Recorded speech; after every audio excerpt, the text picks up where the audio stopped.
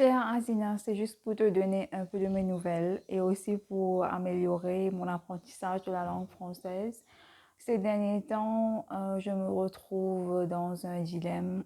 C'est vrai qu'il y a plusieurs situations dans ma vie qui ne sont pas idéales et j'essaie de trouver une solution à ces problèmes-là.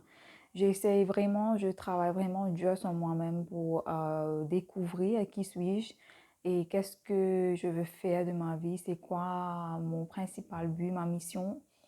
Et je prends conscience du fait que la vie ne sera jamais facile ou parfaite et que nous avons tous nos problèmes. Et justement, c'est ça, j'ai je suis en train d'observer et de réfléchir vraiment. Je veux être authentique, être honnête à moi-même.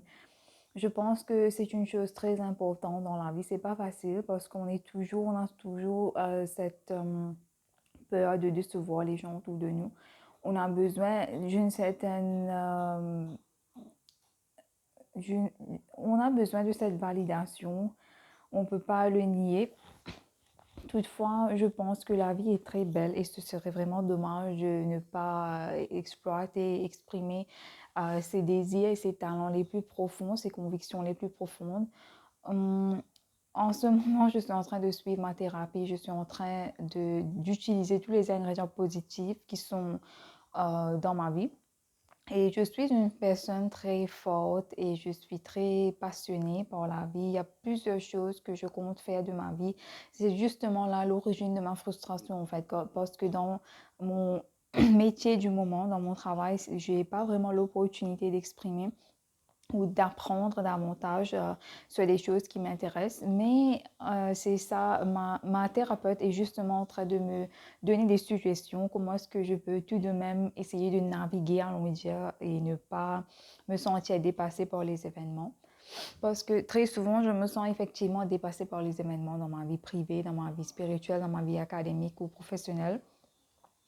Je suis toujours convaincue que en ce moment dans ma vie, il y a quelque chose qui ne tourne pas rond. Il y a une sorte d'énergie négative qui me bloque quelque part. Et c'est vrai que la plupart du temps, la première chose que j'ai envie de faire, c'est d'arrêter, de m'échapper et d'abandonner cette situation. Des fois, je pense que ça peut être positif, mais en même temps, j'aimerais bien pouvoir me tester davantage et de développer plus de compétences pour faire face à la vie.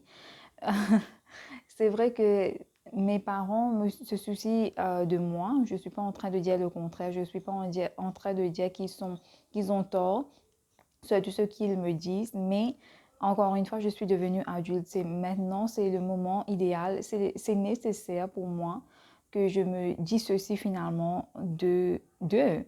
Je suis ma propre personne, j'ai ma propre façon de voir les choses et je pense que ça me suffoque justement de ne pas me sentir libre de faire ce que j'ai envie de faire, de justement vivre ma vie en parallèle avec mes valeurs. Et c'est ça l'origine de la plus grande partie de ma frustration et de allons dire, mon tristesse. Des fois, je me sens vraiment déprimée parce que je me sens comme si je ne suis pas libre.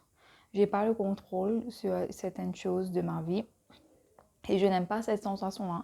Je pense qu'on doit faire le tout pour... On doit toujours prendre ses propres décisions et on va assumer par la suite les conséquences de cette décision.